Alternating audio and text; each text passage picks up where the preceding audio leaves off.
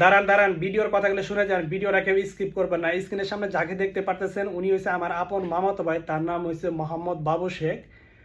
আমরা একসাথে ছোট থেকে বড় হয়েছি। তো উনি যে কতটা ভালো মানুষ সেটা আমরা জানি, এবং এলাকা যারা থাকে যাদের সাথে চলছে তারা কিন্তু সবাই জানে।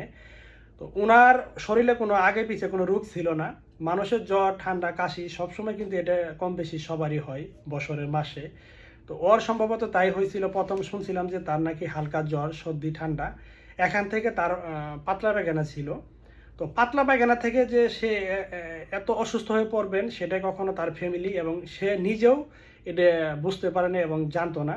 তো এমন একটা অসুস্থ হয়েছিলেন, এমন একটা পর্যায়ে গিয়েছিলেন সে আহ, বড় ধরনের একটা রোগে আক্রান্ত হয়েছিলেন। তো যাই হোক, ডাক্তার যখন জামালপুর চেক আপ করছে এবং পরীক্ষা নিরীক্ষা করছে তখন তাকে বড় ধরনের একটা রোগের সংবাদ দেওয়ার পরে কিন্তু আমরা সবাই অনেক চিন্তিত ছিলাম। যাই হোক, আমাদের বাংলাদেশের সারা মুসলিম ভাই এবং বোন সব ধর্মের মানুষের দোয়া এবং ভালোবাসা ছিল কারণে যে রিপোর্টটা যখন আবার ঢাকা তাকে এটা করছে প্রেরণ করছে ঢাকা, যখন আমরা পরীক্ষা নিরীক্ষা করছি 6 দিন পরে আমাদেরকে পিজি হাসপাতাল থেকে যে একটা রিপোর্ট, এই রিপোর্ট আসার পরে পিজি হাসপাতালের যে একটা রিপোর্ট ছিল এই রিপোর্টটা আসার পরে মোটামুটি একটু ভালো রিপোর্টের খবর শুনছি। আপনাদের কাছে আমি কৃতজ্ঞ।